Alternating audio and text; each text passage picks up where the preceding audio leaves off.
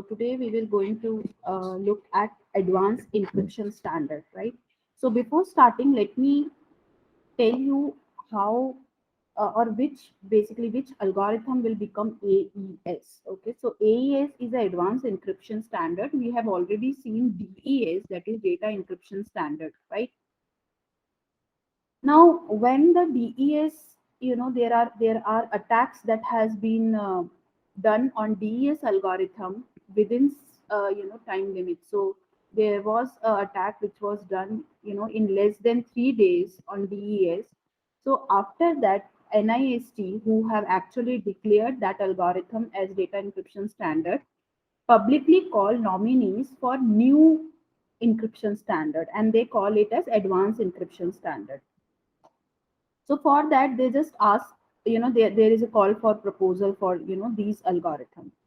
There was first AES conference that was held in August 1998, and there were 15 candidates who have submitted their algorithm, and those are considered to be the candidates for advanced encryption standards.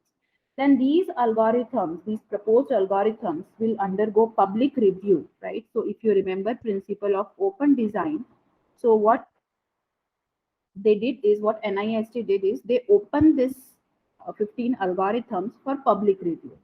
Okay?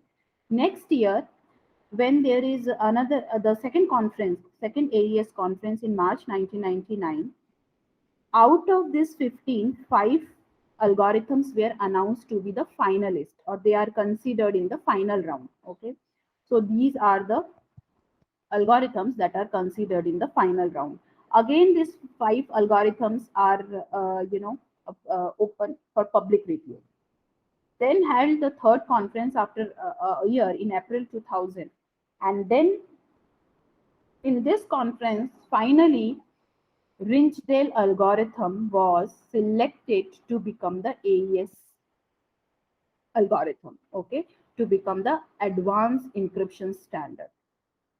And finally, in February 2001, there was a publication which was a part of FIPS. Okay, so if you remember Federal Information Processing Standards, so it will become the part. It was become the part of FIPS, and there was again a public review for at least 3 months, and finally, this algorithm, Rinchdale algorithm, got the approval, and effective from May 2002.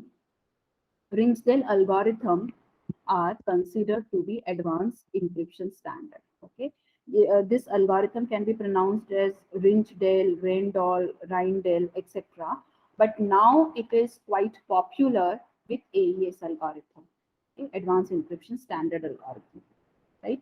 So let's see what actually happened. So when NIST, call for nominees was out, there are certain requirements that are given by NIST itself, right?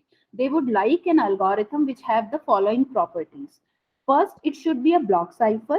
Second, it should have, there is an option for variable key length, right? It is not like that the key length is fixed. So in case of DES, the key length is fixed. It is 64-bit, and therefore it was, prone to attack.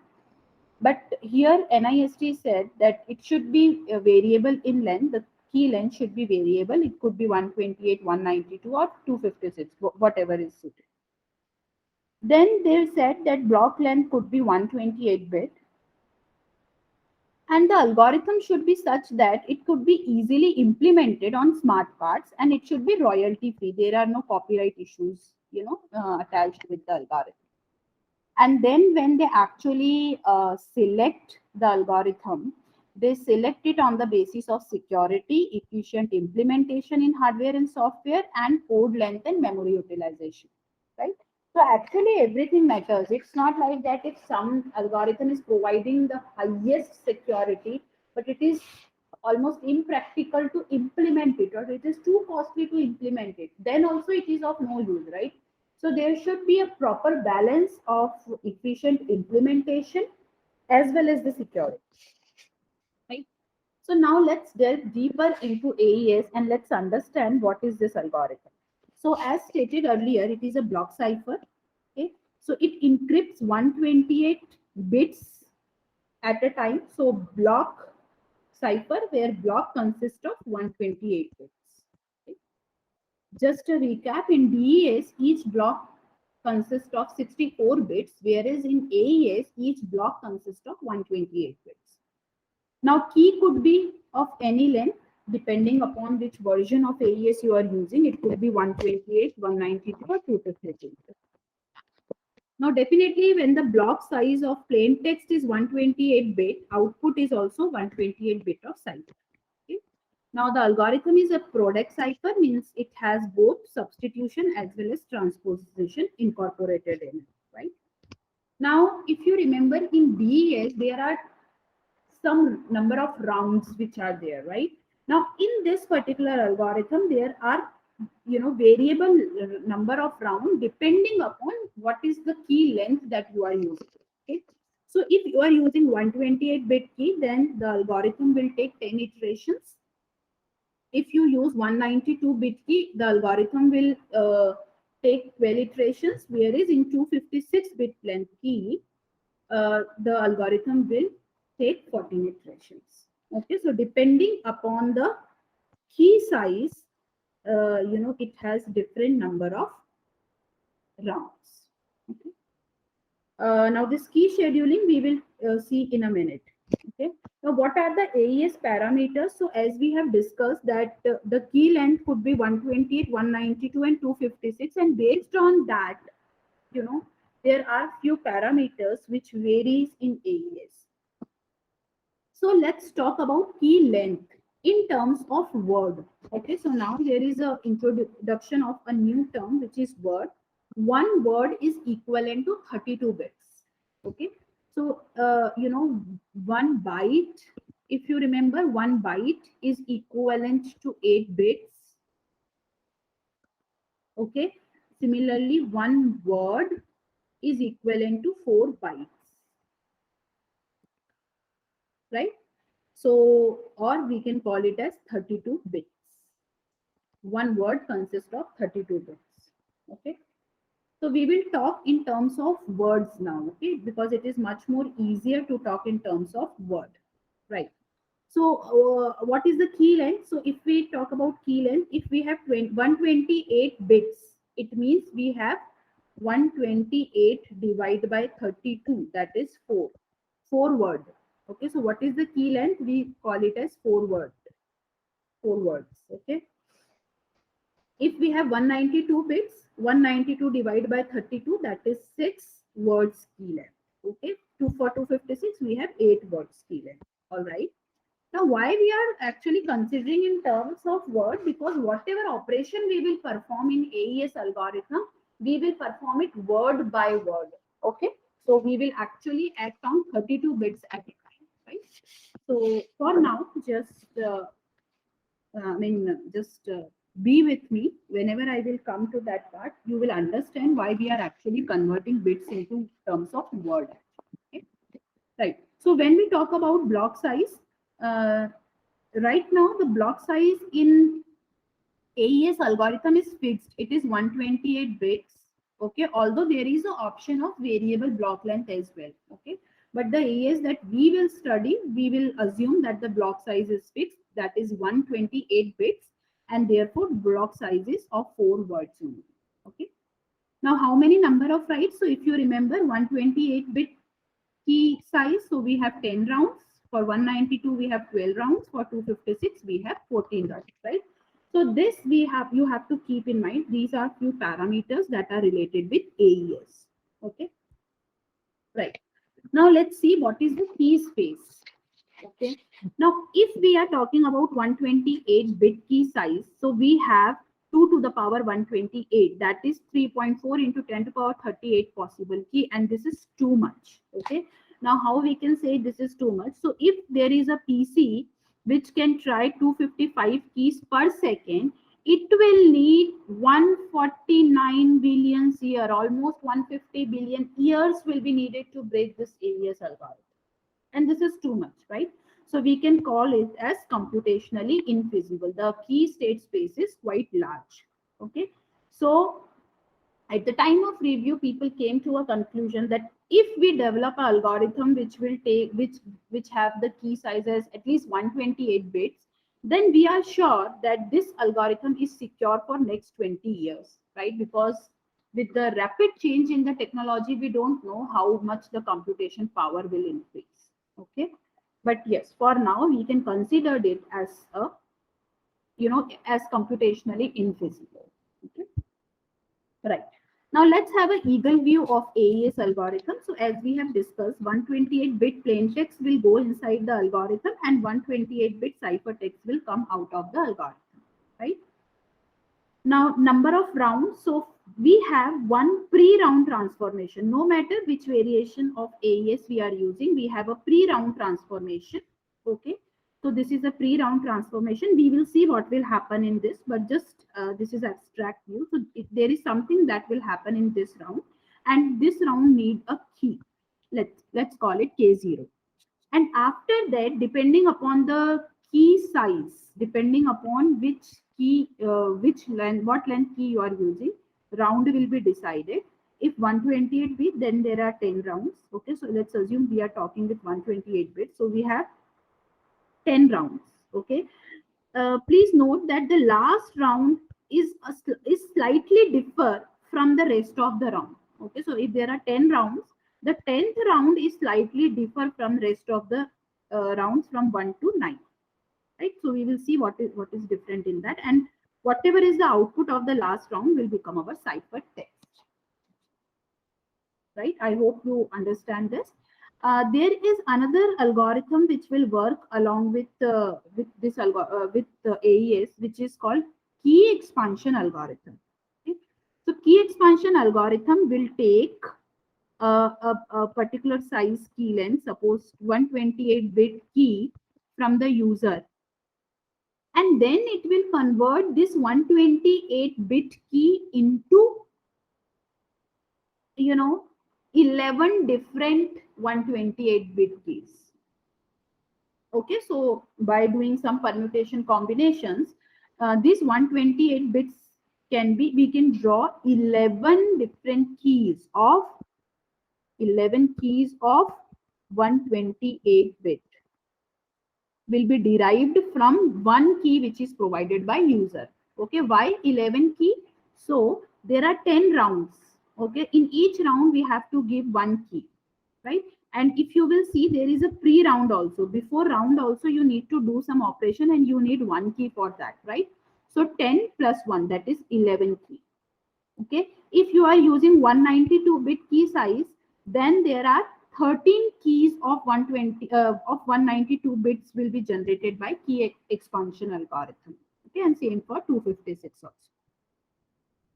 Okay, so you have to remember only one thing, that the key expansion algorithm will generate number of round plus one keys of a respective size. Okay.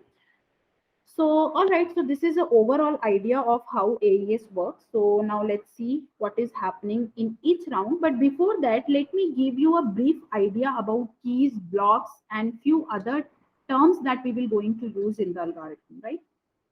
So let's talk about key. Now, how these keys are represented? These keys are represented in the form of matrix. Okay, so this is a matrix which has rows and columns. Rows are always fixed. There are 4 rows. Okay, each cell of the key consists of 1 byte. We store 8 bits in each cell. Okay, so 8 bits constitute one cell, so we can call it as 1 byte. Okay. Now the matrix, the key matrix will have 4 rows. Now you can correlate it with this 1 byte, 2 byte, 3 byte, 4 byte, right? So 4 bytes is equivalent to 1 word, right? So the row is fixed, it is 4. How many columns? Now columns depend upon what is the key length. If the key length is 128, then how many columns we need to store the information? We need key length by 32. Why 32? Because we are having 4 rows. This is fixed. 4 rows means 8 bits stored in each cell. right? So we have actually 32 bits. Okay, so how many columns are required? Key length by 32. So if the key length is 128 bits, so let me write it like this. 128 bits, it is equivalent to 16 bytes actually, right? So how many cells we need? If I am saying I am having 4 rows, then how many columns we need? We need 4 columns, right? So if the key is of 128 bit, we need 4 columns. If the key is 192 bit, we need 6 columns. If the key is 256 bit, we need 8 columns. Okay. So this is for 128 bit key. And there will be 2 more columns added. Okay. If we talk about 192 bits, so on and so forth. Okay. You can extend it for 256 as well. Okay. So this is how key is stored. So when I say that key expansion algorithm will give these keys, so what are these keys? These keys are nothing but the matrix. Okay. All right. Now let's talk about block. Since block size is fixed, that is 128 bits, that is 16 bytes. Again, rows are fixed here. We have 4 rows, and depending upon how many, what is the block size, we will decide number of columns. So as I stated earlier, that AES or Rindge's cipher is made so that it can cover variable length of block as well, but the standard version that we will going to use will have a fixed block length, that is 128 bit. Okay, so for that we need 4 rows and 4 columns. Okay, so this is how input block will be considered. Now input is with us, key is also in the similar format.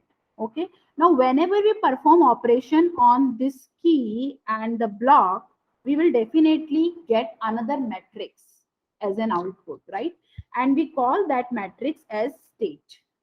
So there is a important term in AES algorithm that you need to understand is state. Now what is state? State looks like something like this.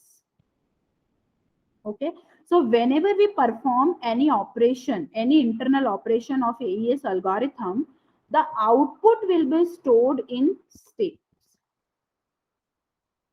Okay, now these states also have 4 rows, fixed size rows, 4 rows, and how many columns? Columns depends upon the number of columns in the block. Okay, so we generally deal with 4 blocks. So the state consists of 4 rows and 4 columns. Okay. So whenever we get a plain text as an input, that plain text is converted into this format, into a state. And whenever the algorithm gives us the output, the output will be in the form of state only, and then that will be copied into a output variable. Right? So now let's delve deeper into, let's see what is there in each round. Okay. So if we are talking about AES 128, how many rounds we are having? We are having 10 rounds. Okay. Let's see what is going on in each round and also see what is going on in pre-round processing. Okay. So the pre-round transformation is nothing but it has the operation add round key. Okay, and inside each round there are 4 operations that are performed: sub byte, shift row, mix column, and add round key. These are the 4 operations that are performed in each round. Okay, sub bytes, I'm just giving a very brief idea about these 4 operations, and then later on we will see each operation in a bit detail. Okay, so in each round, this is the same thing which is happening except the last round. If you remember, I told you that last round is slightly different from rest of the rounds. Okay. So first, let's talk about what is going on in each round. So in each round, these are the 4 operations generally that will happen. Sub byte, which is a byte by byte substitution. We will see what will happen in this. Then there are shift rows. Okay, so the rows are shifted. Then columns are mixed. Okay, and then there is operation add round key where we will actually deal with the key which is there for that particular round. Now the pre-round operation consists of the same function. It is an add round key operation function. Now what is the different in the last round? So last round will look similar to rest of the round except this particular operation. This operation is not present in the last round. Okay. So if we are talking about AES 128, round 1 to round 9 will have all these 4 operations, whereas round 10 will have sub byte, shift row, and add round key operation. That's all. After that, in pre-round, what happened? In pre-round, add round key will be there. Okay. So let's see what each operations are doing. Okay. So right. So one more important thing I would like to mention here, we have seen key expansion function. Okay. So this is the key expansion function. What is the job of key expansion function? Key expansion function will give key to each round. The job of key expansion function is to produce key for each round using the 128-bit key that is given by the user. Okay, so let's see what this function is doing. We are not going deeper into how key expansion function works, but you can understand that somehow it will permute the given 128 bits into different combinations and can produce more bits, right? Now the key expansion function will actually produce output in terms of words. If you remember, word means 32 bits. Okay, so it will produce output in terms of word. If you can recall the how the key look like. So key look like, one key looks like this, right? So we have K00, K0102 and things like that. Now this one column is considered as one word. Okay, or let's call it as W0, that is word 0. Okay, so the second parameter, if you see, it is same for this, and this represent the word, whereas the first parameter represent number of row. Okay, so this is row 0 of word 0, row 1 of word 0, row 2 of word 0, so on and so forth. Okay, so key consists of 4 words: W0, W1, W2, W3. This is one key. Okay, so how many such keys we have to generate if we how many such words we have to generate if we are dealing with AES 128 bits? We have to produce 11 keys. Why 11 keys? Because 10 rounds, 10 keys for 10 rounds and one key for the pre-round. Okay, so we have to generate 11 keys. Now each key consists of 4 words. If we talk about AES 128, right, the key size is 4 words long. Okay, so let me take you again to this parameter, AES parameter thing. AES 128 key length is 4 words. Okay, so how many words we have to generate? 11 into 4, that is 44 words. So what key expansion function will do? Key expansion function will generate 0 to 43, that is 44 words. Okay, and then K0 is the first 4 words, then K1 is the next 4 words. Okay, so we have W6, W7. So K1 consists of W4, W5, W6, W7. This is K1. Similarly, K2 consists of W8, so on and so forth. Okay, so this is how key expansion function works. I hope you understand this. And actually, you can elaborate it or you can extend it for other versions as well. Okay, right. Now let's talk about the 4 operations that we have discussed in the round. Okay, so the first operation is add round key, which is nothing but a pre-round, which is what happened with pre-round. Okay. Now, if you recall, state is represented by 16 bytes like this. Okay.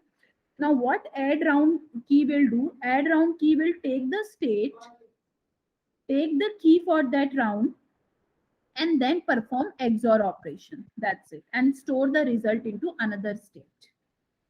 Okay, this is what happens. So this is a simple operation. And how the XOR is done? XOR is done word by word. Okay. So this word is XORed with this word is XORed with this word, so on and so forth. And so when we XOR this word with this word, we will put output into this column. Okay. So this is how add round key will be worked. Right. So it will take two parameters as an input. One is a state. Okay.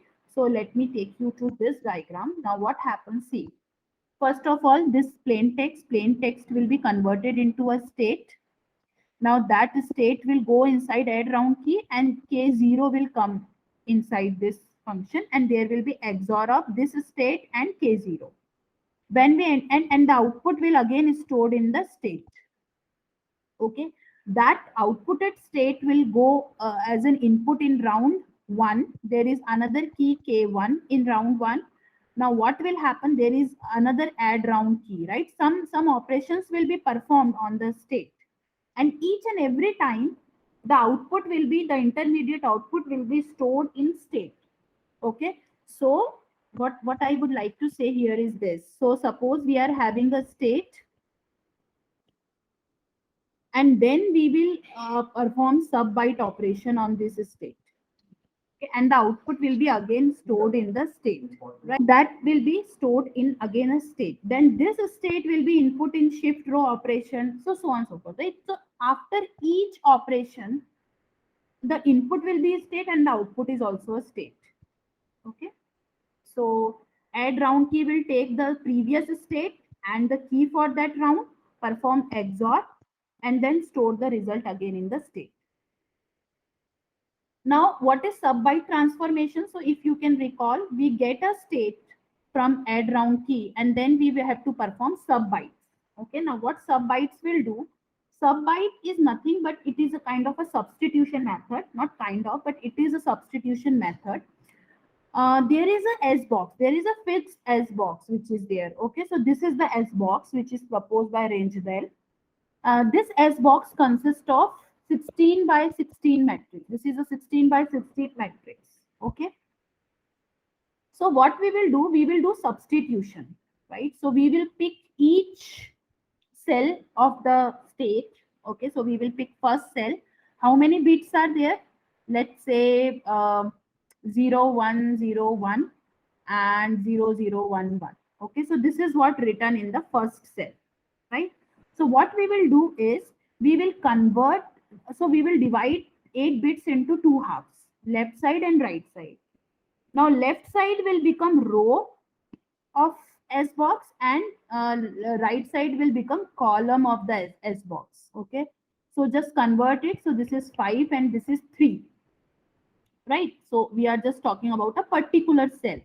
We get 5 and 3. We will see the S box. We have to follow 5th row and 3rd column. Now whatever is written, it is written ED. What we will do, we will convert this ED into decimal. We have to convert, this is a hexadecimal number, right? We will convert it into, not decimal, we have to convert it into binary and then store it back in the output. Store it back into the corresponding output. This is what happened, right? So we will pick each cell of the input state. We will see its corresponding value in the S box and convert that value into binary and store it into the output state. Okay, this is called sub bytes or substitute bytes. Byte by byte, we will perform this operation. Therefore, it is known as sub bytes. So byte substitution using a non-linear but invertible S box. X box independently on each byte. So S box is represented by 16 by 16 array or rows and columns. Okay. So what we will do, 8 bits. This is 8 bits. 8 bits are replaced as follows, right? So the 8 bits define a hexadecimal number. And then we will convert that number into binary and store it into the output box. Now, how this S box is different from DES S box? So, if you remember in DES, we have used S boxes for compression, right? We converted 6 bits into 4 bits using the S box, and there are 8 different S boxes that we are using. Okay, but in case of AES, we have only one S box. This is quite a modular arithmetic S box. It is easy to analyze, and they have proof in their documentation that the S box is free from cryptanalysis attack. Okay, if you remember in DS, there is some problem with the distribution of odd and even values, right? But all such problems are not present in their S box. Okay, so this is what happened in the sub-byte transformation. So whatever come from the previous state, sub-byte transformation will done byte by byte, and again the state is formed, new state is formed, and now this state will be given to shift rows. Okay. Now let's see what happened in shift rows. Now shift rows is quite simple operation. We have to do circular left shift. Okay, and how many shift we have to do depending upon the number of rows. So when we deal with zeroth row, there will be zero shift. There will be no shift, right? So this is as it is in the output. So this is input state, which is coming from sub byte, and this is the output state which will go into the next round, that is mixed column round. Okay, and this is the round of shift rows. So the zeroth row will be right as it is. When we talk about the first row, we will do one shift. Since this is the first row, we will do one left shift. Okay, so this will be shifted at last, and each element will shift one position to its left. Similarly, when we deal with second row, we have to do two left shift, and the third row we have to do three left shifts. Okay, three left circular shift. So this is the input state, and this is the output state after having the shift row operation. After that, the output state from the shift row will go into mixed column state. Now, what mixed column will do? Mixed column will interpret each column as a vector of length 4, right? So you can see that, this operation, the sub byte operation, is a byte by byte operation. Now shift row works on each row. Now mix column actually works on each column. Okay, so it will consider each column as one vector, and the operation is performed on each vector. So there are 4 vectors, right? So operation will be performed on that. Now what is the operation? The operation is, we will multiply each column with a particular matrix, and that matrix is called Galios field. Okay, so this is the fixed matrix. What we will do, we will pick each column of the input state, multiply that column with Galios field. Whatever is the output, we will put in the output state, right? So this is the input state of mixed column, and this is the output state of mixed column. Okay, what operations we are performing? We are performing multiplication. This is valid also, because the dimensions of this matrix is 4 cross 4, and the vector we will pick having dimension 4 cross 1. Okay, so the output will be 4 cross 1, which consists of another column of the output state. Okay. So this is the operation that will happen in mixed transformation. And then add round key, we have already seen. Whatever is the output of mixed column, we will perform add round key. The key will be, the key will be given by key expansion algorithm with respect to that particular round, and the state will be given by the state will be the output of mixed column. Okay, so this is what happened in each round, except the last round. In the last round, mixed column will not happen. After shift row, directly add round key will be there. Okay. So this is how AES algorithm work.